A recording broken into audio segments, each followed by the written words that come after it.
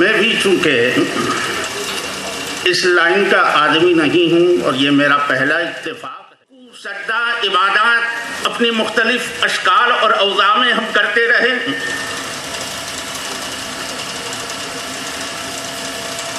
گرچہ یہ بھی خلافت کا ایک حصہ ضرور ہے۔ اسی لیے تو جب انسان کو دنیا میں بھیجنے سے پہلے اللہ تبارک و تعالی نے اپنے اس منشا، اس مشیت کو، اس ارادے کو فرشتوں کے سامنے رکھا تھا کہ انی جاعل فی الارض خلیفہ، کہ میں زمین میں اپنا نائب، اپنا خلیفہ، کہ جس کے مادھیم سے، جس کو میڈیا اور واسطہ اور کڑی بنا کر میں اپنے صفات اور کمالات کا دنیا میں اظہار کروں گا، اور وہ ایک ایسی مخلوق ہوگی جو مٹی اور گارے سے بنے گی، مٹی اور پانی سے بنے گی، یعنی انسان۔ تو فرشتے اس وقت بھی کچھ نہ کچھ علم رکھتے تھے۔ فرشتوں نے دیکھا کہ مٹی اور پانی کی کچھ فزیکل خصوصیات ہے، اور جو چیز جس سے بنتی ہے اس کے فزیکل خصوصیات کبھی اس سے جدا نہیں ہو سکتے بالکل۔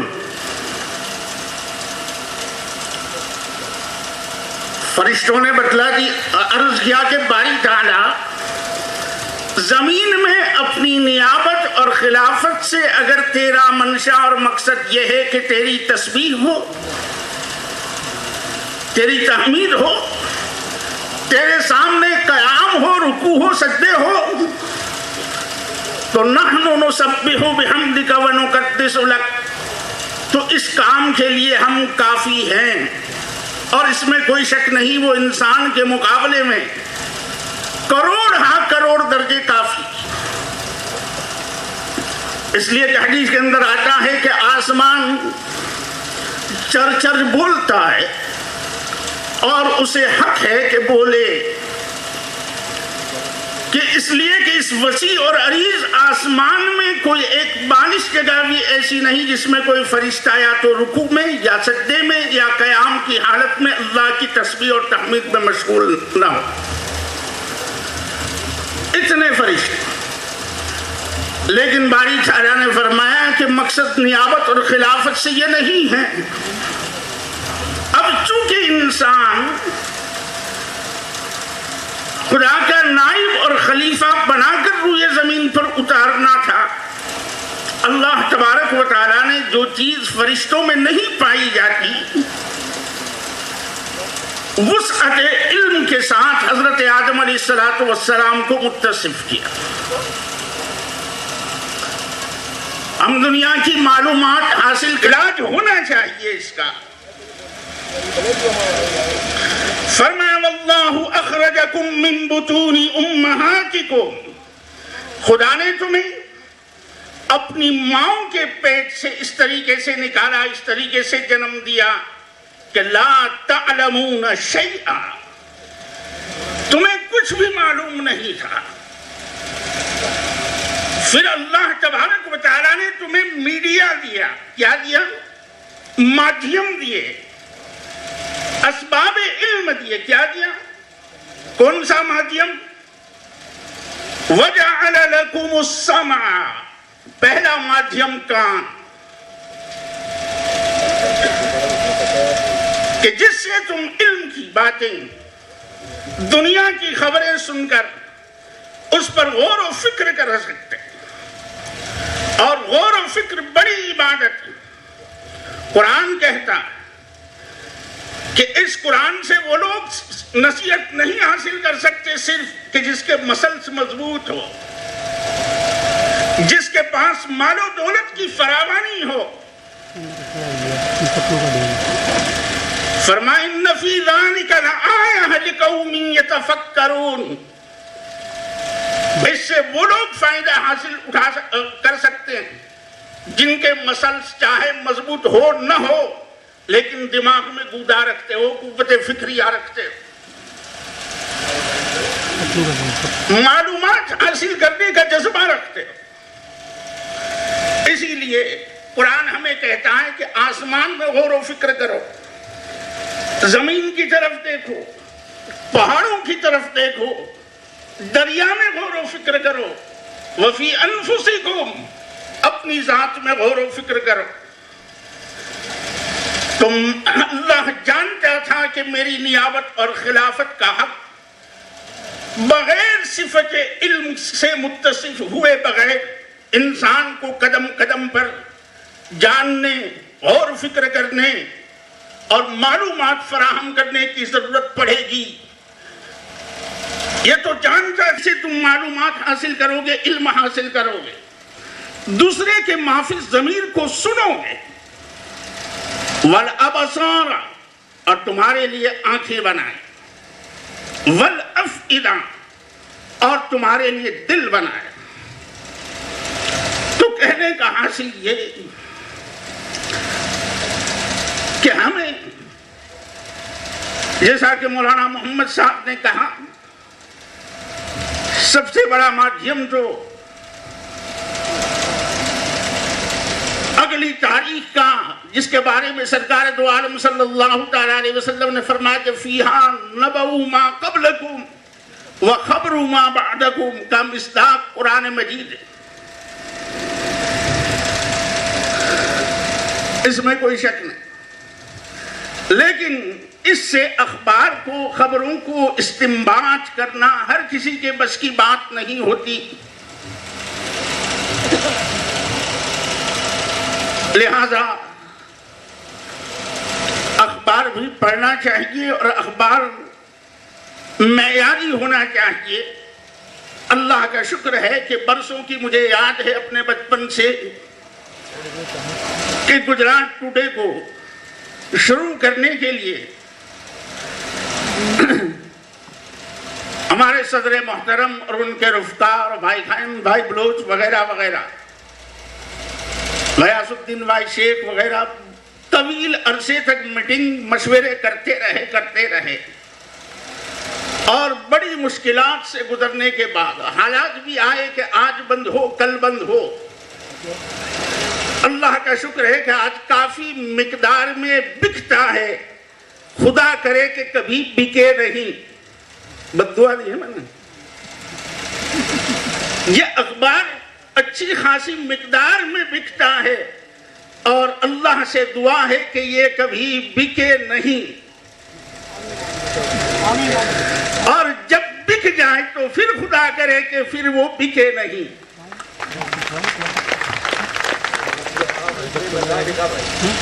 آئی بات یہ دیکھیے،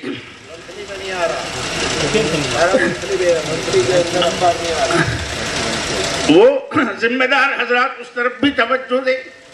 یہ ویلا ہمیں ضرورت ہے، یہ ہماری ملی ضرورت ہے، ہماری سماجی ضرورت ہے۔ ہماری آنکھیں چلی بھی جائیں لیکن اخبار کو نبھانے اور پھیلانے کے لیے اخبار خریدنا جائے، چاہے پڑھ نہ بھی سکتے، یہ بھی ثواب کی چیز۔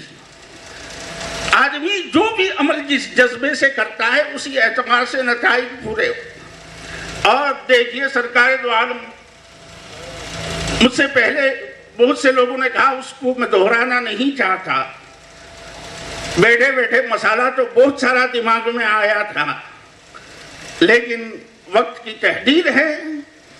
میں یہ کہوں کہ دیکھیے سرکار دو عالم صلی اللہ تعالیٰ علیہ وسلم نے فرمایا کہ افضل الجہاد کلمۃ حق عند سلطان جائر، کہ سب سے افضل ترین ابھیان، جہاد کا نام بڑا بدنام، حدیث میں الفاظ ہے جہاد کے معنی وہ مارنا کاٹنا نہیں ہوتا، یہ بھی جہاد کہلائے گا۔ اگر یہ لوگ اس اخبار کو عام کرنے اور پھیلانے کے لیے جو بھی چڑوڑ چلائے، اس کا ٹھیٹھ ترجمہ ہوتا ہے ابھیان۔ آپ نے فرمایا کہ افضل ترین ابھیان جہاد کیا ہے؟ ظالم حکمراں کے سامنے कि जहां बोलने पर पाबंदियां, लोग छींक खाने से डरते हो कि सुन न ली जाए हमारी छींक की आवाज, जहां लोग सफेद को सफेद कहने से डरते हो और स्याह को स्याह कहने से डरते हो, उस वक्त अपने माली और जानी और मनसबी नुकसान की परवाह किए बगैर बेधड़क हक बात कह जाना, बिके बगैर। मीडिया के आदमी ऐसे होने चाहिए। दुनिया का आमतौर पर ख्याल है कि दुनिया का हर इंसान अगर सस्ते भावों में नहीं बिकता तो महंगी कीमत पर जरूर ढल जाता, लेकिन मीडिया का हर कर्मचारी ऐसा होना चाहिए वो बेधड़क कह सके कि करम उसका के बेजोहर नहीं में, गुलामे तुहरलो संजर नहीं में, जहां बिनी मेरी फितरत है लेकिन किसी जमशेद का सागर नहीं में। वो किसी भी कीमत पर न बिके तो बिलाशुबा इसमें कोई शक नहीं कि ये बड़ी खिदमत है। मेरी बातें मुंतशिर हो गई। कहने का हासिल ये कि इस अखबार को तरक्की दे, इसके खरीदार बने और इसको पढ़ने पढ़ाने का मामूल बनाए, इसको फैलाए और दुआ करे कि इसका कोई न कोई एक इंग्लिश एडिशन का भी खुदा तबारक व तआला आगे चलकर इंतजाम फरमाए। इसी बात पर मैं अपने गुफ्तगू को खत्म कर। खूब खूब आभार मौलाना સાહેબનો। ખૂબ જ સરસ અને સારી વાત એમણે કરી। સમયની સોય આગળ વધતી જાય છે અને હવે આપણે જે મુખ્ય મહેમાનો છે એમને સાંભળવા તરફ આપણે આગળ વધી રહ્યા છીએ, પણ એ પહેલાં આજના આ કાર્યક્રમને એટલું સુંદર સરસ બનાવવા સુધી જેમણે પાયાના પથ્થર બની અને સેવા અંજામ આપી છે, આર્થિક પણ એમણે મદદ કરી છે, એવા મહાનુભાવોનો આ તબક્કે આભાર માનવાનું જો ચૂકી જઈએ તો એ આપણને બહુ આપણા માટે સારું ન કહેવાય। આ કાર્યક્રમને સફળ બનાવવા તન મન અને ધનથી જેમણે સેવા આપી છે એમાં જૂનાગઢના જનાબ ઇકબાલ શેખ મારફતિયા સાહેબ, જનાબ હાજી ઇબ્રાહીમભાઈ ભાટા, જનાબ હાજી અબ્બાસભાઈ બેરા, જનાબ કાદરભાઈ કબલ, જનાબ હાજી સુલેમાનભાઈ પટેલ, મૌલાના અબ્દુલ કાदिर ઉદિયા, જનાબ હાજી હારૂનભાઈ કોતલ, જનાબ સાદિકભાઈ મઘા, જનાબ અબ્બાસભાઈ મઘા, જનાબ મોહમ્મદ તાહિરભાઈ ગિરનારી એન્ડ યંગ રિફોર્મર ગ્રુપ માંગરોળ અને શરદભાઈ મહેતાનો આ તબક્કે યુસુફભાઈ ચુડલી અને એમની ટીમ વતી ખૂબ ખૂબ આભાર માનીએ છીએ કે આ કાર્યક્રમને તેમને સફળ બનાવવા માટે તન મન અને ધનથી પાયાના પથ્થર બની અને સેવા આપી છે। એવી જ રીતે હમણાં જ મૌલાના સાહેબે આગળ વાત કરી કે સમયસર આપણને વર્તમાનપત્ર મળતું નથી ક્યારેક, તો આપણો માંગરોળની અંદર આ વર્તમાનપત્ર છે એ પહોંચતા પહોંચતા કેટલીક વાર ફેરિયાઓને જુનાગઢ લેવા જવું પડે છે, કેટલીક વાર કેશોદ લેવા જવું પડે છે, કારણ કે આપણે દરેકને આંગણે આ અખબાર નથી આવતું।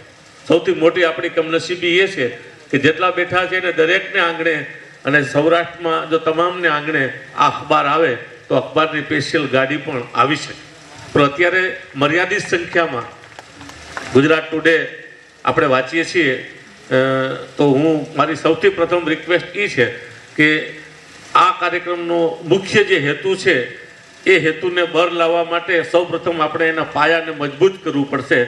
આપણે બીજા તમામ અખબારો ભલે મગાવીએ પણ ગુજરાત ટુડે તો આપણા ઘરમાં હોવું જ જોઈએ। જો એ નેમ આપણે લઈને અહીંથી ઉઠીશું તો ઇન્શાઅલ્લાહ ગુજરાત ટુડેની ગાડી સમયસર આપણને પહોંચી જશે।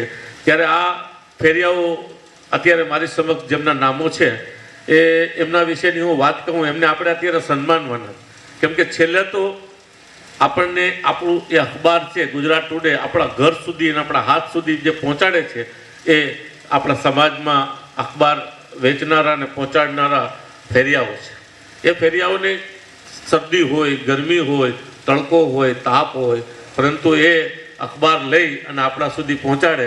અહીંયા ન પહોંચ્યું હોય તો કેશોદ ધક્કો ખાય, કેશોદ ન પહોંચ્યું હોય તો જુનાગઢ જાય, ત્યાંથી જલ્દી લઈને આવે ને થોડુંક મોડું થાય તો આપણા કટુ શબ્દો પણ એ પ્રેમથી સાંભળી લે। અને એનો મને એટલે અનુભવ છે કેમ કે ચૂક વાગ્યાની ખબર કેને પડે? જોડો પહેરે એને ખબર પડે કે ચૂક ક્યાં વાગે છે. 20 વર્ષ મેં ફેરિયા તરીકે કામ કર્યું છે એટલે મને ખબર છે કે આ ચૂક કેવી વાગતી હોય છે. કેમ કે એ જે વિદ્યા છે આપણા ભાઈઓ, એમને આપણે આજે અત્યારે સન્માનવા જોઈએ. કે એમાંથી હું વિનંતી કરીશ સૌપ્રથમ આપણા તિરમિજી સાહેબ બંધ કવર આપી અને એમનું સન્માન કરશે. આપણે તાળીઓથી એમને વધાવવા જોઈએ. શુભ હસ્તે કવર આપી અને બિરદાવશે. ત્યારબાદ અજીતભાઈ ટંકારવી સાહેબને આપણે વિનંતી કરવા છે. જનાબ ગ્યાસુદ્દીન શેખ સાહેબને આપણે વિનંતી કરીએ એમને એ નવાઝને આપણે પ્લીઝ પણ તાળીઓથી એમને વધાવી લેવા જોઈએ. ખૂબ જ જહેમત પછી અહીંયા આપણે આ કાર્યક્રમ સુધી પહોંચાડનાર ફેરિયાઓને મહેમાનોને નવાજા એ બદલ પણ એમનો ખૂબ ખૂબ આભાર. મુખ્ય મહેમાનો તરફ આપણે આગળ વધી રહ્યા છીએ. આપણી વચ્ચે આમંત્રિત મહેમાનોમાં શ્રી લોકહિત પ્રકાશન સાર્વજનિકના જનાબ જુનાગઢથી પધારેલા ઇકબાલ શેખ મારફતે પોતાનું વાત કરવાની ના પાડી કે જે આવ્યા છે એમને આપણે સાંભળવા છે, તો મારું પ્રવચન છે કાઢી નાખો. અને એમણે દરિયાદિલી દેખાડી છે બદલ પણ એમનો ખૂબ ખૂબ આભાર. જનાબ ઇકબાલ શેખ બારપટિયાનું હું પોતે અહીંયા પ્રવચન આપવા માટે નહીં આવું, પણ ટૂંકો પરિચય આપી દઉં કે લોકહિત પ્રકાશનના ઉપપ્રમુખ, બિલ્ડર એસોસિએશન જુનાગઢના પણ ઉપપ્રમુખ, લોકહિત પ્રકાશનના ટ્રસ્ટી, ઉપરાંત કોમર્શિયલ બેંક ઓફ જુનાગઢના ડાયરેક્ટર, અને સૌથી મહત્વની વાત કે United education and welfare society નામની સંસ્થા જુનાગઢમાં અમે ચલાવી રહ્યા છીએ ઇકબાલ શેખના માર્ગદર્શન હેઠળ, જેમાં દર વર્ષે 200 હાયર એજ્યુકેશનમાં ભણતા વિદ્યાર્થીઓને, ગરીબ અને હોશિયાર વિદ્યાર્થીઓને શિષ્યવૃત્તિ આપી અને ઇકબાલ શેખ નવાજે છે. જોરદાર તાલીઓથી આપણે એમને વધારવા જોઈએ. એમાં ઘણા બધા માંગરોળના વિદ્યાર્થીઓ પણ અમારી પાસે અરજી આવે છે, અમે તપાસ કરીએ છીએ. જે આ બહુમૂલ્ય એવા સમારંભના અધ્યક્ષ આદરણીય સુહેલ તિરમિજી સાહેબ, લોકહિત પ્રકાશન ટ્રસ્ટના આદરણીય ટ્રસ્ટી સાહેબ ઇકબાલભાઈ સાહેબ, ગુજરાતના કવિ, લેખક, સાહિત્યકાર, ગાયક અને ઘણા એવોર્ડો મેળવી ચૂકેલા એવા અમારા પરિવારના ગુજરાત ટુડેના તંત્રી સાહેબ અજય ટંકારવી સાહેબ, લોકલાડીલા કર્મઠ એવા આપણા લોકપ્રતિનિધિ આદરણીય ગ્યાસુદ્દીન શેખ સાહેબ, ગાંચી સમાજના પ્રમુખ સાહેબ આદરણીય પ્રમુખ પટેલ સાહેબ, તથા મંચસ બિરાજેલ તમામ આદરણીય મહાનુભાવો તથા આજના સમારંભમાં ઉપસ્થિત માંગરોળના મારા વાલા વડીલો, મિત્રો અને યુવાનો, આપ સૌનું ગુજરાત ટુડે પરિવાર વતી ઘણું અભિવાદન કરું છું અને આપને ધન્યવાદ આપું છું. જ્યારે મીડિયા માટેની વિષયની ચર્ચા આપણે લઈને બેઠા છીએ ત્યારે મીડિયાને શું કહેવામાં આવે છે? મીડિયા એટલે ચોથી જાગીર, વિશ્વની ચોથી જાગીર, વિશ્વની મહાસત્તા. તો આ અખબારને કે વર્તમાન પત્રને આટલું મહત્વ શા માટે? જ્યારે અખબારનો વિષય છે તો આપણે થોડું એ સમજી લઈએ. ટૂંકમાં જ વાત કરીશ, આદરણીય મહેમાનો એના વિશેષ ઉલ્લેખ કરશે. વર્તમાન પત્રની એક મીડિયા, પ્રિન્ટ ટેલિમીડિયા તો હમણાં છેલ્લા 15-20 વર્ષથી આવ્યું, પણ વર્ષોથી આદિકાળથી વર્તમાન પત્ર એ અસ્તિત્વ ધરાવે છે અને મીડિયાના રૂપે અસ્તિત્વ ધરાવે છે. મીડિયાનું કામ છે દુનિયાના ખૂણે ખૂણાના માનવી સુધી સત્ય અને સાચા સમાચાર પહોંચાડવા. અને આ કામ મીડિયાનું છે. જેમ જનરલી દરેક વ્યક્તિ માટે કે કોઈ પણ માટે હક અને ફરજ સિક્કાની બે બાજુ છે, એમ મીડિયાના પણ કાર્યો અને ફરજો સમાજે, સરકારે નિયત કરેલા છે. મીડિયા શું કરી શકે છે? મીડિયા સમાજનું પરિવર્તન કરી શકે છે, મીડિયા રાજસત્તા ઊભી કરી શકે છે, મીડિયા આર્થિક વિકાસ કરી શકે છે, મીડિયા સમાજને ઉજાગર પણ કરી શકે છે અને વિનાશના પંથે પણ લઈ જઈ શકે છે. એ મીડિયામાં એ શક્તિ છે. મીડિયાએ શું કરવું જોઈએ અને શું કરવામાં આવે છે? દાખલા તરીકે આપણે લઈએ, મીડિયા દ્વારા દરેક સમાજના આપણે આજે સમાજને લઈએ તો આખા આપણા ગુજરાતના સમાજ તરીકે કે આપણા ભારત દેશના સમાજ તરીકે લઈએ, સમાજની સમસ્યાઓ શું છે એ પ્રજા સુધી પહોંચાડવાની અખબારની ફરજ છે. એ શા માટે પહોંચાડવાની જરૂર છે કે જો સમાજમાં શું સમસ્યા છે, સમાજ એનો સ્વીકાર કરશે તો સમાજને ખબર પડશે કે આપણા સમાજમાં આ સમસ્યા છે, તો એના નિરાકરણ માટે સમાજ વિચારશે, સમાજ એની સ્ટ્રેટેજી બનાવશે અને એ સમસ્યાના નિરાકરણ માટે પ્રયત્ન કરશે. આ મીડિયાની એક પાયાની ફરજ છે. સાથે સાથે મીડિયા દ્વારા મીડિયાની એક એ પણ કામગીરી છે કે સમાજમાં ક્યાંક અન્યાય થાય છે, કોઈ પણ સમાજને અન્યાય થાય છે કે એના પ્રત્યે પક્ષપાત ભર્યું વલણ અપનાવવામાં આવે છે, તો સાચા સમાચાર આપી પ્રજા સુધી એ મત પહોંચાડી અને એક એ પ્રજામાં એક એવો વિશ્વાસ મત ઊભો કરવાનો હોય છે કે જેથી પ્રજા મત ઊભો થાય અને એ અન્યાય સામે લડત આપી શકે અને ન્યાય મેળવી શકે. આ મીડિયાનું એક બીજું કામ છે. મીડિયા દ્વારા આર્થિક પરિસ્થિતિનું પણ નિર્માણ કરી શકાય છે. મીડિયા દ્વારા આર્થિક પાસાઓનું વિચાર વિમર્શ કરી અને એના માટે સમાજ કઈ રીતે પ્રગતિ કરી શકે છે એ બાબત પણ ઉજાગર કરી શકે છે. મીડિયા સાથે સાથે એ પણ કરી શકે છે કોઈ સમાજ સારા કાર્યો કરે છે, સારી પદ્ધતિથી વિકાસ કરે છે, એને સારી રીતે છાપવામાં આવે છે તો બીજા સમાજો એનું ઉદાહરણ લઈ અને પોતે પણ એના વિકાસ માટેનો પ્રયત્ન કરે છે. આ મીડિયાની ફરજ છે. પરંતુ આપણે જોઈએ છીએ બધું ટોટલી મીડિયા નહીં, પરંતુ હમણાં જ એક મહાનુભાવશ્રીએ ચર્ચા કરી કે પીળું પત્રકારત્વ નો ડાઉટ હશે ને છે, એ પીળા પત્રકારત્વમાં પ્રશ્ન થાય છે. આ જે બધી બાબતો સત્ય સાથે રજૂ કરવાની હોય છે એના બદલે પીળું પત્રકારત્વ થાય છે ત્યારે સાચી વાતને ખોટી, ખોટી વાતને સાચી, શંકા કુશંકા ઊભી કરનારા સમાચારો આપી અને સમાજનું હિત કરી અને સમાજમાં ભાગલા પડાવવાની પ્રવૃત્તિ કરે છે. એને પીળું પત્રકારત્વ કહેવાય છે.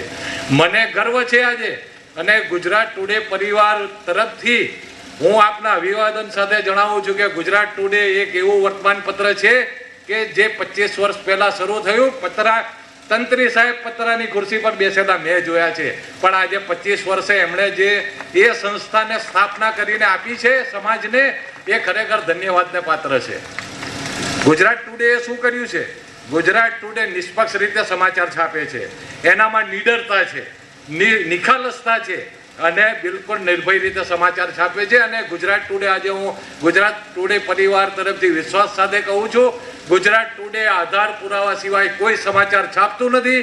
કોઈ સમાજમાં ભાગલા પડે કે કોઈ વાદ વિવાદ થાય એવા સમાચાર છાપતું નથી. અને એ બાબતે હું તો શું પણ આખું ગુજરાત આ ગુજરાત ટુડે બાબતે ગર્વ લે છે આજની તારીખમાં. અને આપને પણ ગર્વ એટલા માટે હોવો જોઈએ કે ગુજરાત ટુડે આપનું વર્તમાન પત્ર છે, સમાજનું વર્તમાન પત્ર છે. ગુજરાત ટુડે પ્રમુખ સાહેબે કીધું એમ શું છે, ગુજરાત ટુડેમાં નથી કોઈ ફિલ્મી બાબતો આપણે રજૂ કરતા, નથી કોઈ એવા ફોટોગ્રાફ્સ રજૂ કરતા કે જેથી કે એમાં કોઈ અસંસ્કારિતા દેખાય. આપણી માં વાંચી શકે, આપણી બેન વાંચી શકે, આપણી દીકરીઓ દીકરાઓ વાંચી શકે એવા સંપૂર્ણ પારદર્શક સાથે ગુજરાત ટુડે સમાચાર છાપે છે. અને મારે આ સાથે એ કહેવું છે, કદાચ ઘણા મિત્રોને કે આપણા સમાજના લોકોને ખબર નહીં હોય કે ગુજરાત ટુડેને સરકાર તરફથી કોમ્યુનલ હાર્મનીનો એવોર્ડ મળ્યો છે અને એ કોમ્યુનલ હાર્મનીનો જે એવોર્ડ મળ્યો છે એનો જશ ગુજરાત ટુડે પરિવારને જાય છે. અને એ ગુજરાત ટુડે પરિવારને જશ જાય છે એ આપના કારણે જાય છે. ગુજરાત ટુડે આજે શું કરી રહ્યું છે? કદાચ આવું થશે કે ગુજરાત ટુડેના પ્રચાર પ્રસાર માટે આવ્યા છે? ના, ગુજરાત ટુડેના પ્રચાર પ્રસાર માટે નહીં આવ્યા. આદરણીય સાહેબો અહીંયા બેઠા છે. એક વર્તમાન પત્ર 4 રૂપિયામાં વેચાય છે ગુજરાત ટુડે, પણ એની છાપખાની ને પેપરની કિંમત 5 રૂપિયાના 65 પૈસા થાય છે. આજે એક પેપર દીઠ 1 રૂપિયો અને 65 પૈસાનું નુકસાન થાય છે જો એક કોપી વધારાની વેચાય તો. પણ આપના સહકારથી અને આદરણીય ટ્રસ્ટી સાહેબો અને મેનેજમેન્ટના સહકારથી આજે આટલા વિપરીત સંજોગોમાં પણ આપણે અખબાર ચલાવી રહ્યા છે. તો મારે આજે આપ સમાજને એ વિનંતી કરવી છે, ગુજરાત ટુડે સર્વધર્મ સંભાવમાં, સમાનતામાં, ભાઈચારામાં, બંધુત્વમાં, પ્રેમ લાગણીમાં માને છે, માનતું રહેશે. અને એના માટે આપણે ગર્વ લઈએ છીએ અને ન લેતા હોય તો અચૂક લેવું જોઈએ, કેમ કે આપણે સમાજને એ આપીએ છીએ, સમાનતા બી આપીએ છીએ, ભાઈચારો આપીએ. મને એમાં અભ્યાસ કરતા વિદ્યાર્થી ભાઈ બહેનોને 5 કરોડ રૂપિયા સુધીની સહાય કરી છે. એ આ ગુજરાત ટુડેએ કરી છે અને આપના સહકાર અને આપની મહેનતથી કરી છે. જો સમાજનું આટલું સારું અખબાર અને સમાજની સંસ્થા જો આટલું સારું કામ કરતી હોય અને જો એના કારણે સરકારી અધિકારી તરીકે મને ઘણા લાભો મળ્યા છે. મને કહેતા આનંદ થાય છે કે ગુજરાત ટુડેની સ્થાપના ઇન્ફોર્મેશન ટેકનોલોજીનો યુગ છે. દરેક સમાજ પોતાના પ્રશ્નોની વાચા આપવા અને પ્રશ્નોને વ્યાજબી રજૂઆતના નિકાલ કરવા માટે આ માહિતી યુગમાં મીડિયાનો મહત્તમ ઉપયોગ કરી શકે છે. મીડિયા એક એવી વસ્તુ છે કે તમે તમારા વ્યાજબી પ્રશ્નોને સક્ષમ સત્તા અધિકારી સુધી, સરકાર સુધી વિના ખર્ચે વિના વિલંબે પહોંચાડી શકો છો. આજના પરિસંવાદનું વિષય પણ એ છે કે મીડિયા આપણા વ્યાજબી માંગણીઓ, પ્રશ્નો અને જે કોઈ અન્યાય થતો હોય તો એ સક્ષમ સત્તા અધિકારીઓ સુધી કેવી રીતના પહોંચાડી શકાય, એનું હલ કેવી રીતના કરે. આજના આ પ્રોગ્રામનું ઉદ્દેશ અને હેતુ આ જ છે મિત્રો. પણ એક લઘુમતી તરીકે, મુસ્લિમ તરીકે જ્યારે આપણા પ્રશ્નો હલ કરી અને મીડિયા સુધી પહોંચાડવાની જ્યારે આપણે વાત કરી રહ્યા છે ત્યારે આપણા મનમાં સૌથી પહેલો પ્રશ્ન એ થાય છે કે મીડિયામાં મુસ્લિમોની ઇમેજ કેવી છે, મીડિયામાં મુસ્લિમોની છાપ કેવી છે. મારા વડીલ માન્ય ધારાસભ્ય શ્રી પણ અહીંયા હાજર છે, બહુ સારી રીતના જાણે છે. વડીલો એસ વરદરાજન કરીને ધ હિન્દુના એડિટોરિયલ ચીફ છે. એનું મેં એક લેખ હમણાં જ ભૂતકાળમાં વાંચેલો છે. એણે એક સરસ લેખ લખેલો છે દોસ્તો, Muslim image in Indian print media. ભારતના પ્રિન્ટ મીડિયામાં મુસ્લિમોની છાપ. એણે ઘણો બધો લાંબો અને ડિટેલ્સ વિગતવાર બહુ સરસ લેખ લખ્યો છે. એમાં 2-4 મુદ્દા મારા ધ્યાને આવે છે. હું કહું છું કે આજના યુગમાં, આ મીડિયાના યુગમાં, માહિતીના યુગમાં મીડિયામાં લઘુમતીઓ વિશેનું ચિત્રણ કેવું થાય છે. ટૂંકમાં 2-4 જ મુદ્દા હું કહીશ. દરેક મીડિયામાં આપણે જોતા હોઈએ છીએ, ગમે તે છાપવું વાંચો, ગુજરાત ટુડેને બાદ કરતા મોટા ભાગના અથવા તો ટાઈમ્સ ઓફ ઇન્ડિયા કે અમુક જે નેશનલ લેવલના મીડિયા છે એને બાદ કરતા મોટા ભાગે આપણે લોકલ મીડિયામાં જોઈએ છે. તો મુસ્લિમ ઇમેજ અને મીડિયા એમાં જો સૌથી મોટો આપણી વ્યથા અથવા તો આપણા જે પ્રશ્ન છે એમાં સૌથી અગત્યની એ વાત કરી કે એક તો મુસ્લિમ વિશેના જે સમાચારો છે મોટાભાગના મીડિયામાં મિસ રિપ્રેઝન્ટેશન કરીને આપવામાં આવે છે. જૂઠાણોને વારંવાર રજૂ કરી અને સત્ય તરીકે રજૂ કરવામાં આવે છે અને ઓવરઓલ એક નાના સમાચારને બેડ ન્યૂઝ તરીકે રજૂ કરવામાં આવે છે.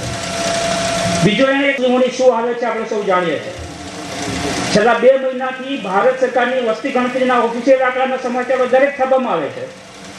છેલ્લા 2 મહિનાથી આવે છે. આપ સૌ જાણતા જ હશો ને વાંચ્યા પણ હશો, જાણો છો.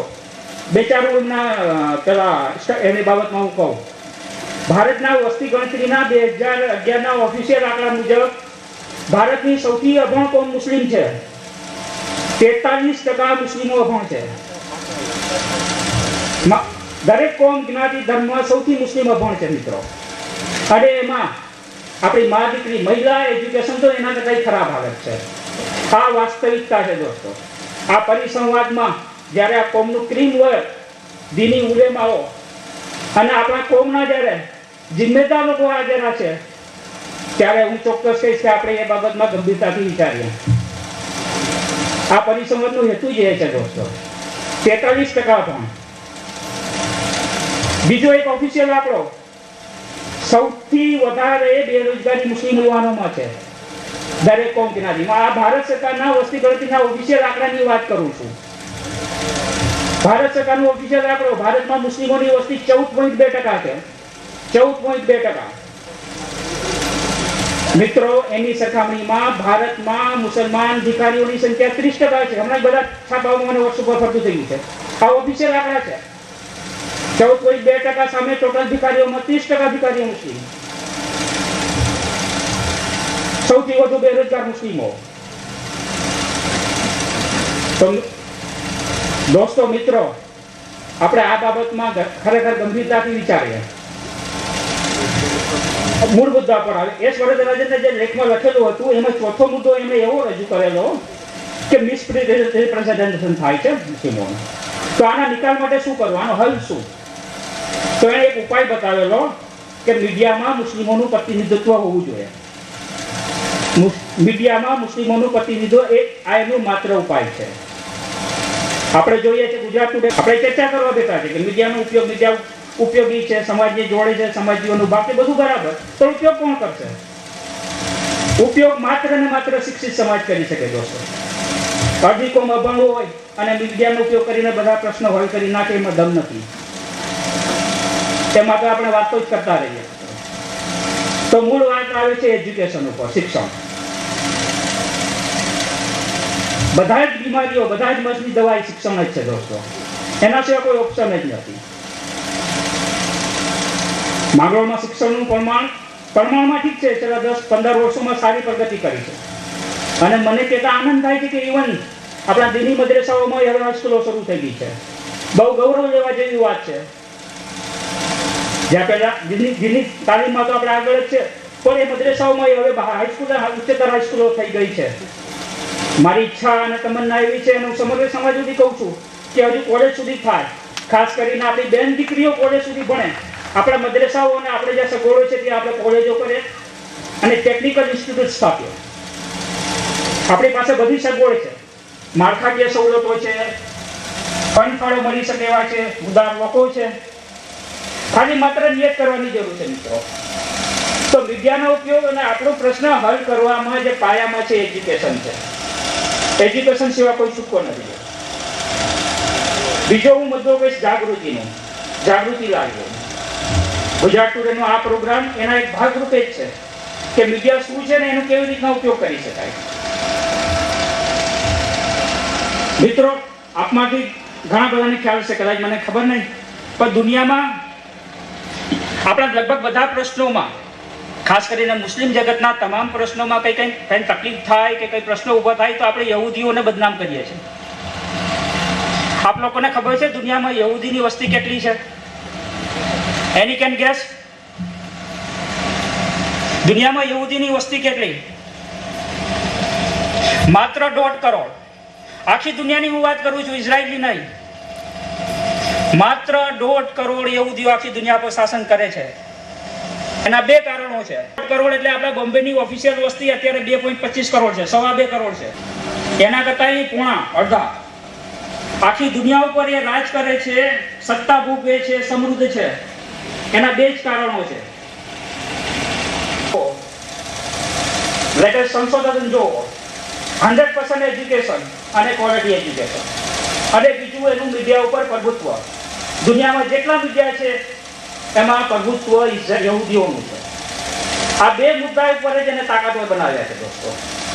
મુસ્લિમ કોમે તાકાતવર બનવું હશે, અરે તાકાતવર નહીં, પોતાની વ્યાજબી માંગણીઓને રજૂ કરવી હશે, સમકક્ષ આવવું હશે, તરક્કી કરવી હશે, તો આ 2 જ ઉપાય છે. ત્રીજો કોઈ ઉપાય નથી દોસ્તો. જ્યારે સમાજનું મોલાના દાવડા સાહેબે કહ્યું કે જે બધા માટે અકાકાનું આજે વડીલો બેઠા છે, ત્યારે હું ચોક્કસ વિનંતી કરીશ કે આપણે આ 2 બાબતો ઉપર ખાસ ધ્યાન આપીએ. અઘરું નથી, બહુ સરળ છે. ખાલી આપણે કોઈ નિયત કરી લે. માંગરોળનું 10 કે 12, અને સલાહિયત પણ છે, ક્ષમતા છે, કેપેસિટી છે. માંગરોળનું 10 થી 12 વર્ષનો છોકરો, ગરીબ કુટુંબમાંથી આવતો છોકરો 10 વર્ષે હાફિઝ થઈ જાય, કારી થઈ જાય, એ આઈએસ કે આઈપીએસ કેમ ના બની શકે? આપણે એને પ્રોત્સાહિત કરવાની, વાતાવરણ પૂરું પાડવાની જરૂર છે. અને એ થશે તો આપોઆપ જાગૃતિ આવશે. જાગૃતિ આપોઆપ આવી જશે. તમને હું એક વાત કરું કે 10 કે 12 કે 20 વર્ષ પહેલા એવું વાતાવરણ હતું કે આપણે કોઈને ભણવાની વાત કરીએ તો મા બાપ એમ કહે કે ક્યાં નોકરી કરવી છે, કોને નોકરી મળે છે. પછી માશાઅલ્લાહ એવું વાતાવરણ ઊભું થયું, 1-2 છોકરા ડોક્ટર થઈ ગયા. આખી કોમને અહેસાસ થયો કે આપણે મુસ્લિમ છે, ભણીશું તો આપણને કોઈ રોકી શકે એમ નથી. ગરીબ મા બાપ પણ ધોરાજી કે જુનાગઢ રહીને બાળકને ભણાવે છે. દીકરો મારો ડોક્ટર બનશે, એન્જિનિયર બનશે. આપણી નજર સામેના ઉદાહરણો છે. દર વર્ષે 25-50 કુટુંબો ધોરાજી કે જુનાગઢ રહે છે. મારા આજુબાજુ કે ઘણા બધા ઉદાહરણો છે. એ પરિવર્તન શું કામ આવ્યું? આપણને અહેસાસ થયો કે કોઈ ભેદભાવ નથી. દોસ્તો, કોઈ ભેદભાવ નથી. એ વિચાર કાઢી નાખો. સરકારમાં કોઈ ભેદભાવ નથી. તમારી તાકાત હશે, એબિલિટી હશે, હોશિયારી હશે, મહેનત હશે, 100% થઈ જશો. જે છોકરાઓ મેડિકલમાં એડમિશન સમાજમાંથી લીધું છે માંગરોળના, એ એનું ઉત્તમ ઉદાહરણ છે દોસ્તો. કોઈ ચાલતી નથી, સરકાર પણ સાથે છે, સરકાર મદદ કરે છે. માત્ર આપણે પોઝિટિવ વિચારીએ અને આ દિશામાં ધ્યાન આપીએ તો દોસ્તો હું માનું છું કે આપણી બધી સમસ્યાઓ આપોઆપ હલ થઈ જશે. બીજો હું મુદ્દો કહીશ કે શેરજાદી મેડમ જે વાત કરી હતી કે દીકરી અને માઓને વંચાવવાનું. દોસ્તો આપણે ઘરે મેગેઝિન છાપા મંગાવીશું તો આપોઆપ વાંચશે, પણ વાંચશે ક્યારે? ભણે હશે તો ઘરે તો આપણે છાપા મંગાવીએ છીએ. ત્રીજો મુદ્દો છે કે મને શરદભાઈને જે વાત કરી કે માંગરોળ એકતાનું પ્રતીક છે. મને ગૌરવ છે કે હું માંગરોળની છું અને આ હિન્દુ મુસ્લિમ સમાજમાં એકતા છે. હું ઈચ્છું છું કે આવા હિન્દુ અને મુસ્લિમ હિન્દુ સમાજને સાથે રાખીને પણ આવા પ્રોગ્રામ થાય અને એક સૌહાર્દપૂર્ણ વાતાવરણ ઊભું કરીએ. કારણ કે અંતે તો તરક્કી પ્રગતિનો આધાર એકબીજાના વિશ્વાસ અને સંબંધો ઉપર જ છે દોસ્તો. થોડી સોશિયલ મીડિયા વિશે વાત કરો દોસ્તો. સોશિયલ મીડિયા આજનું સૌથી શક્તિશાળી માધ્યમ છે. Social media, WhatsApp, Twitter, Facebook, સમાજના રાજકીય, સામાજિક, આર્થિક બધી બાબતો દરેક વ્યક્તિઓ સોશિયલ મીડિયા મારફત રજૂ કરે છે. સોશિયલ મીડિયાનો ફાયદો એ છે કે ટુ વે છે, બંને રીતના છે. પ્રેસ મીડિયા કે ટીવી એવું છે કે એક તરફી રજૂઆત થઈ ગઈ, આવી ગયું, તમે કશું ના કરી શકો. બીજા દિવસે તમે એનું રજૂ કે આ બધું કોઈ છાપે નહીં. સોશિયલ મીડિયા એવું છે કે તમે તમારો પ્રતિભાવ આપી શકો તાત્કાલિક. તમારા પ્રશ્નો, વ્યાજબી માંગણીઓ સક્ષમ સત્તાધિકારી યોગ્ય તથ્ય સુધી પહોંચાડવાનું આજના યુગમાં સૌથી શક્તિશાળી માધ્યમ છે. લાખો કરોડો લોકોને વગર ખર્ચે ઓછામાં ઓછા સમયમાં એક પ્લેટફોર્મ પર લાવી દઈ. છેલ્લા 2-3 વર્ષમાં જે આરબ વિશ્વમાં જે લોકશાહીની જે આખા આંદોલનો ચાલ્યા, જેને અરબ સ્પ્રિંગ્સ કહે છે, અન્ના હજારેનું જે આંદોલન હતું જેમાં સરકારો ગઈ, છેલ્લે પાટીદાર આંદોલન જુઓ તમે, દલિત અત્યાચાર મુદ્દો અને દલિત જાગૃતિ એ માત્ર ને માત્ર સોશિયલ મીડિયાના આધારે છે. સોશિયલ મીડિયા જૂઠાણાઓનું સામનું કરવા અને સત્ય હકીકત રજૂ કરવા બહુ અસરકારક માધ્યમ છે દોસ્તો. તો આપણે એનો ઉપયોગ કરીએ, મેક્સિમમ હકારાત્મક ઉપયોગ કરીએ અને સાથે સાથે એવી રીતના ઉપયોગ કરીએ કે દેશની એકતા, અખંડિતતા અને સાર્વભૌમત્વને પણ નુકસાન ના થાય. આપણે આપણા વ્યાજબી માંગો અને દેશની તરક્કી અને બધાને સાથે રાખીને એનો ઉપયોગ કરીએ. આ જે કાર્યક્રમ જાગૃતિ ફેલાવવાનું જે સમાજમાં સોશિયલ મીડિયા અને મીડિયાનો ઉપયોગ કરી જાગૃતિ ફેલાવવાનું જે આ કામ આજે ગુજરાત ટુડે પરિવાર દ્વારા કરવામાં આવ્યું છે, એ એનું પહેલું પગથિયું છે. આવો સરસ કાર્યક્રમ યોજવા બદલ હું સમગ્ર પરિવારને, સમગ્ર સમાજ વતી અભિનંદન આપું છું. અને મને જે સન્માનિત કર્યા અને બોલવાની તક આપી એ બદલ હું આભાર માનું છું. શુક્રિયા. ખરેખર માંગરોળનું ગૌરવ છે. અને એ પણ એમણે જે વાત કરી એમાંથી એક વાત છે એ ખાલી હું કહી અને આગળના વક્તાને આપણી સમક્ષ રજૂ કરું છું, કેમ કે સમય ખૂબ ઓછો છે. એ વાત એ કે જેનામાં ટેલેન્ટ હોય એને કોઈ રોકી શકતું નથી.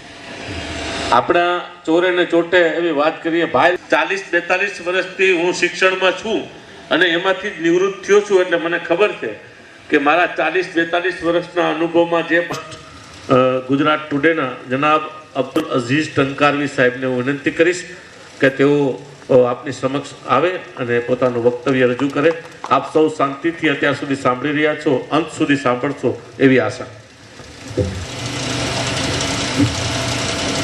માંગરોળ જેવા ઐતિહાસિક શહેરના અંદર એક આટલા સરસ માહોલમાં ગિરિનરની વચ્ચે આપ સૌ શાંત ચિત્તે અમને સાંભળી રહેલા છો, એ બતાવે છે કે આપનામાં ગુજરાત ટુડે પ્રત્યે દિલથી લાગણી છે.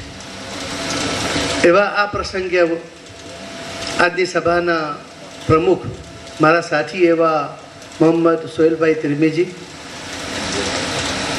અમારા વિચારોથી ભરપૂર એવા ઇકબાલભાઈ મારફતિયા, મુસ્તાકભાઈ પટેલ અને લોકોના દિલમાં જેમણે પોતાનું સ્થાન પ્રાપ્ત કર્યું છે એવા ધારાસભ્ય શ્રી યાસુદ્દીનભાઈ, ખુમાર સાહેબ, યુસુફભાઈ પટેલ, મૌલાનાશ્રીઓ, રાબિયાબેન, અહીંયા બેઠેલા વડીલો, મિત્રો, બહેનો, આજથી હું માનું છું ત્યાં સુધી રાબિયાબેન કેટલા વર્ષ પહેલાં હું આપણી સ્કૂલમાં આવેલો, લગભગ 15 વર્ષ થયા હશે. અને એ પ્રસંગ હતો એડ્યુકેશન માટે એમની શાળાને ગ્રાન્ટ અપાવવાનો. આ પ્રસંગ હું મારી બડાઈ મારવા માટે નથી કહેતો, પણ એની પાછળ બી મારો આશય છે કે ગુજરાત ટુડે સમાજને કેટલું ઉપયોગી નીવડ્યું છે. સમાચારની રીતે નહીં, બીજી રીતે. જ્યારે યુપીએ સરકાર હતી તે વેરા અહેમદભાઈ પટેલ સાહેબે મને મૌલાના આઝાદ એડ્યુકેશન ફાઉન્ડેશન, જે માઇનોરિટી મિનિસ્ટ્રીની અંદરમાં ચાલે છે, એમાં કેન્દ્ર સરકાર દર વર્ષે તે જમાનામાં 70 કરોડ રૂપિયા ગ્રાન્ટ આપતી હતી. તો તે વખતે મને અહેમદભાઈ પટેલ સાહેબે પહેલાં 3 વર્ષ માટે પ્રતિનિધિ તરીકે નિમ્યો, ગુજરાતના પ્રતિનિધિ તરીકે, અને પછી મારું કામ જોઈને બીજા 3 વર્ષ માટે નિમ્યો. તે વેરા અહીંયા હું જ્યારે રાબિયાબેનની સ્કૂલમાં આવ્યો ત્યારે એ શાળાને મેં ગ્રાન્ટ અપાવેલી. આવું જ આખા ગુજરાતમાં 18 કરોડ રૂપિયા ગ્રાન્ટ 6 વર્ષના સમયમાં હું એ લાવીને આપી ગુજરાતને. આ ગુજરાત ટુડેની બરોબર. મારું કામ ખાલી ત્યાં જઈ ઇન્સ્પેક્શન કરીને રિપોર્ટ આપવાનો. એટલે મારા કહેવાનો ભાવાર્થ છે કે ગુજરાત ટુડે એકલું ન્યૂઝપેપર નથી. એ શિક્ષણ માટે, એડ્યુકેશન માટે, હેલ્થ માટે, બધાને માટે કામ કરે છે. એડ્યુકેશનના અંદર મુસ્તકભાઈએ વાત કરી એટલે હું બહુ લંબાવા નથી માંગતો, પણ 5 કરોડ રૂપિયા 4,500 વિદ્યાર્થીઓને આ સંસ્થાએ આપની પાસેથી લીધેલી રકમ અમે એમને સહી વિદ્યાર્થીઓને પહોંચાડી છે. અને એઓ આજે લગભગ 70,000 થી 80,000 રૂપિયા પગારની એવી પોસ્ટના ઉપર બેઠા છે. આ એનો બીજો ફાયદો. ત્રીજો ફાયદો, 185 કિડની અને વાલ્વના દર્દીઓ જે છે એમને ગુજરાત ટુડેએ ગરીબ લોકોને પેપરમાં હાઇલાઇટ કર્યા, લોકો પાસેથી પૈસા લીધા અને અમે એ દર્દીઓને હોસ્પિટલ સુધી પહોંચાડ્યા અને હોસ્પિટલમાં એ રકમ અમે ભરપાઈ કરીને એ રીતે 185 દર્દીઓને કિડની અને વાલ્વના ઓપરેશન કરાવ્યા.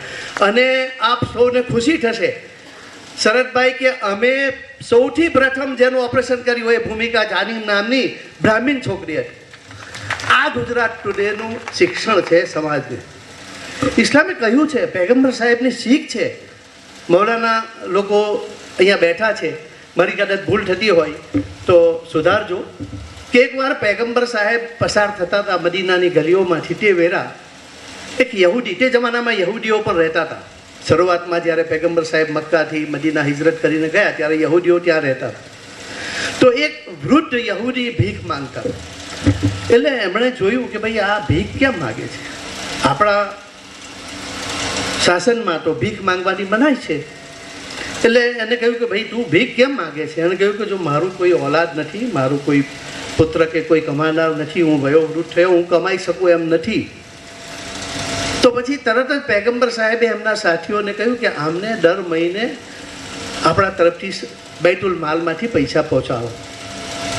તો એમના સાથીએ એમ કહ્યું કે ભાઈ આ યહૂદી છે સાહેબ, તો કે એ આપણા આ જે રાજ્ય છે એનો નાગરિક નથી, એણે આપણને પૈસા ભર્યા નથી ટેક્સ તરીકે, એટલે એને પૈસા પહોંચાડવાના. અને એ જ પૈગંબર સાહેબની શીખ હજરત ઉમર રદિયલ્લાહુ તાલાનો હોય, આપણા ખલીફા, એમણે પછી એને અમલ કરીને દરેકને માટે, જે અત્યારે યુરોપના રાષ્ટ્રોમાં કરી રહેલા છે કે ત્યાં જે લોકો બેકાર હોય એમને પૈસા આપે છે. હવે આપણે વાત કરીએ મીડિયાની. મીડિયા ઊભું કરવાની જરૂરત અમને શા માટે પડી એ વાત હું 2 લીટીમાં અમને કહી દઉં તમને, કે મીડિયા મેનેજ થાય છે અત્યારે. આ પહેલાં પણ થતું હતું અને અત્યારે પણ મેનેજ થાય છે. અને યલો જર્નાલિઝમ આપણે કહીએ છીએ. ગુજરાત ટુડેના જન્મ પહેલાં એવા પ્રસંગો બન્યા કે મુસ્લિમોને કોઈ પણ હિસાબે બદનામ કરવા, કોઈ પણ હિસાબે, જે અત્યારે બી ચાલી રહેલું છે, કોઈ પણ હિસાબે બદનામ કરવા. તો તે વેળા અમારા જે મરહુમ બલુચ સાહેબ હતા, જે બહુ મોટા ગવર્મેન્ટના અંદર ઓફિસર હતા જંગલ ખાતામાં, તો એમણે પછી સાપ્તાહિક એ પોતે ચલાવતા હતા મોમિન ગુજરાત, ને અમારા સંપર્કમાં બધા અમે આવ્યા. ત્યાર પછી મેં કહ્યું કે ભાઈ એકલા આ સાપ્તાહિકથી કશું ચાલે નહીં, આપણે ડેઇલી શરૂ કરીએ. તો અમે એમને એમ કહ્યું કે ભાઈ તમે મૂવમેન્ટ ચાલુ કરો. તે જમાનામાં હું સાઉદી અરેબિયામાં હતો, મદીના મુનવ્વરામાં. તો 4 વર્ષ બલુચ સાહેબ આખા ગુજરાતમાં ફર્યા. ત્યારે કેટલા રૂપિયા ભેગા થયા? હું 1987 પછીની વાત કરું છું, 87 થી 91 શરૂ થયું તેની વચ્ચેના ગાળાની વાત કરું છું. તો ફક્ત 54,000 રૂપિયા ભેગા થયા. આખા ગુજરાતમાં ફર્યા ગાડી લઈને. તો પછી એ મને મળ્યા, ત્યારે મને કહે યાર અજીતભાઈ આવું થયું છે. મેં કહું આનાથી તો કશું ના આવે, આ તો પીનટ્સ મની કહેવાય, આનાથી તો સાપ્તાહિક પણ આપણે શરૂ ના કરી શકીએ. તો પછી હું અને અમારા એક આદમ ટંકારવી, જે અહીંયા વલ્લભ વિદ્યાનગરમાં પ્રોફેસર હતા, ડૉક્ટર આદમભાઈ ઘોડીવાલા, જેમણે અંગ્રેજીનું ધોરણ 10માનું પાઠ્યપુસ્તક લખ્યું હતું, ડૉક્ટર આદમ ઘોડીવાલા, જે અત્યારે યુકેમાં છે. તો અમે લોકોએ પછી એવું નક્કી કર્યું કે ભાઈ જો આપણા ભરૂચ જિલ્લાના પટેલ જે બિઝનેસમેનો છે એમને આપણે રિક્વેસ્ટ કરીએ કે ભાઈ અમને એક મશીન લાવી આપો, બ્લેક એન્ડ વ્હાઇટ, અને અમે એનાથી એ પેપર શરૂ કરીએ. આ ગુજરાત ટુડેની હિસ્ટ્રી છે, જાણવા જેવી છે. અત્યારે તમે આવો અને જુઓ ચકાચોંધ જેવું મકાન ને બધું જોઈને કે અરે આ તો બહુ જબરજસ્ત, પણ કેવી રીતે થયું એ જાણવાનું બહુ જરૂરી છે. કારણ કે અમારું એકલાનું નથી, આપ સૌનું પણ છે. અમે આજે છે કાલે નથી, ટ્રસ્ટી છીએ અમે, કાલે બીજા કોઈ આવશે. પણ એ શરૂ થયું, એમણે આપણને મશીન અપાવ્યું. ભાડાનું મકાન છે, અત્યારે આપણે મકાન બનાવ્યું છે અદ્યતન, એ ભાડાનું મકાન હતું. તો એમાં પણ આપણે એને ખરીદવા માટે ભરૂચ જિલ્લાના જે સાહેબે માલ લોકો હતો એમની પાસેથી પૈસા લઈને આપણે એ મકાન પણ ખરીદી લીધું. તો કહેવાનો ભાવાર્થ એ છે કે આપણી પાસે મીડિયા એ આપણું પોતાનું હથિયાર છે. એ ખૂન વેવડાવવા માટે નથી, ખૂન વેવડાવતું અટકાવવા માટે છે.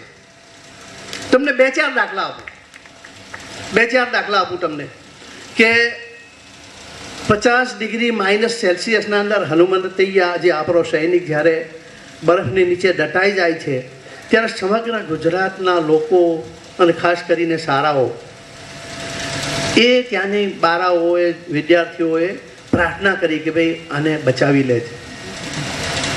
એ ફોટા અમે છાપ્યા.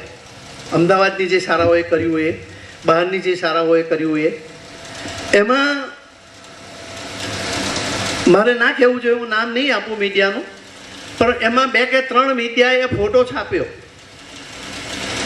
અને એમાં લખ્યું કે ફલાણા વિસ્તારની શાળાએ આ રીતે હનુમંતૈયાના માટે પ્રાર્થના કરી, દુઆ માગી. કોઈ નામ નહીં, કોઈ શાળાનું નામ જ નહીં. આ પોઝિટિવ ન્યૂઝ છે, નેગેટિવ નથી. તો જો પોઝિટિવ ન્યૂઝને આવું કરતા હોય તો નેગેટિવ ન્યૂઝ માટે તો શું કરે તમને વિચારો તમે. અને એના કારણ કોણ? આપણે પોતે છીએ. મૌલાના સાહેબે કહ્યું ને કે જો આપણા માટે જે પેપર શરૂ થયું છે અને એ આપણે જ ના વાંચીએ તો આપણા જેવા નગુણા કોઈ ના કહેવાય. તમને તમારી પડી નથી, 4 રૂપિયામાં ચા નથી આવતી, 4 રૂપિયામાં પાન નથી આવતું, 4 રૂપિયામાં સિગારેટ નથી આવતી, અને તમે 4 રૂપિયા ખર્ચવા ભાગા અને વાંચવાનું ટાળી દો છો. 25 વર્ષ પછી અમારે તમને એવું કહેવું પડે કે આ પેપર વાંચજો. અમને પોતાને શરમ, અમે એને કેટલી જદ્દોજહદથી આ પેપરની અમે સ્થાપના કરી છે. અને આપણા મૌલાના સાહેબે વાત કરી કે ભાઈ બિકાઉ. મૌલાના સાહેબ મને જે શેર તૂટો ફૂટો યાદ છે એ વાત કરું કે જબ તક બિકા ન થા તો કોઈ પૂછતા ન થા, જબ તક બિકા ન થા તો કોઈ પૂછતા ન થા, तुमने खरीद कर हमें अनमोल कर दिए. ગુજરાત ટુડેને અનમોલ કરનાર કોણ? તમે લોકો છો. આને માટે હું એવું નથી કહેતા કે આ ફક્ત મુસ્લિમોનું છાપું છે, મુસ્લિમોનું છાપું નથી, આ દરેકના માટે છે. એમાં દલિત હોય, મુસ્લિમ હોય, સવર્ણ હોય, એ દરેકના માટે આપણે વાત કરવા માટે તૈયાર છીએ અને કરીએ છીએ. એક મોહલ્લામાં એક તરફથી આગ લાગી. આ તો એક દાખલો આપું છું, સમજનારા સમજી જશે. તો એમાં બધા જ વસ્તીના લોકો રહેતા હતા, દરેક ધર્મના લોકો રહેતા હતા. દલિતો બી હતા, મુસ્લિમો હતા, અને બીજા સવર્ણ બીજા બી હતા. તો ભાઈ આગ લાગી એવી ખબર બધાને પડી કે ભાઈ કોઈ ઘરે ના હોય એમને ખબર આપી કે ભાઈ આગ લાગી છે. તો કે કઈ બાજુ લાગી છે? પૂર્વ દિશાથી લાગી છે કે પશ્ચિમ દિશાથી? તો કે પૂર્વ દિશાથી લાગી છે. તો કે ચાલો આપણું ઘર તો પશ્ચિમ દિશા તરફ છે, એટલે આપણું ઘર તો ત્યાં સુધીમાં તો બંબા આવી જશે ને બધું હોલવાઈ જશે. પણ હવે સવર્ણોના ઘર સુધી આગ આવી ગઈ છે, પાટીદારોના ઘર સુધી આગ પહોંચી ગઈ છે. ત્યારે હવે એ જાગ્યા કે આપણે તો આ ઊંઘતા ઝડપાયા. હંમેશા સત્યની પરખે રહે ને એ છેતરાય ના કોઈ દિવસ. સત્યની પરખે રહેવા વાળો કદી ના છેતરાય. એને એવું થોડીક વાર લાગે કે હું છેતરાયો, પણ એ છેતરાય ના. દુનિયાના ઉપર કુમાર સાહેબે કહ્યું કે ભાઈ આટલા કરોડ યહૂદીઓ, 1.5 કરોડ યહૂદીઓનું રાજ છે. હવે યહૂદીઓ માટે તો એમ કહેવાય કે ચમડી જાય પણ દમડી ના જાય. બરાબર છે કે ખોટી વાત છે? ભાઈ આપણામાં કેટલી વખત કહેતા આ તો કંજૂસ છે, યહૂદી જેવો કંજૂસ. પણ હમણાં મીડિયા પાછળ પૈસા ખર્ચ્યા છે ને ખર્ચે છે. એની પાછળનો એમનો આશય પોતાની કોમ્યુનિટી માટે પણ છે અને તમને બદનામ કરવા માટેનો પણ છે. એમાં ઇસ્લામને બદનામ કરે, મુસલમાનોને બદનામ કરે. કેમ કરે છે એ તો એ જાણે. હવે એમનો પોતાનો દાખલો આપો. યહૂદીઓને ગેસ ચેમ્બરમાં મારી નાખનાર કોણ? કોઈ મુસ્લિમ હતો? હિટલર હતો. અને છતાં યહૂદીઓ આજે આ ધરતી પર જીવે છે. એટલે મુસ્લિમોને કે દલિતોને કે બીજા કોઈને ખતમ કરવા વાળા જે લોકો છે એમણે ભૂલી જવું જોઈએ કે કોઈ કોઈને ખતમ કરી શકે. એક અલ્લાહની જાત સિવાય કોઈ કોઈને ખતમ નથી કરી શકતું.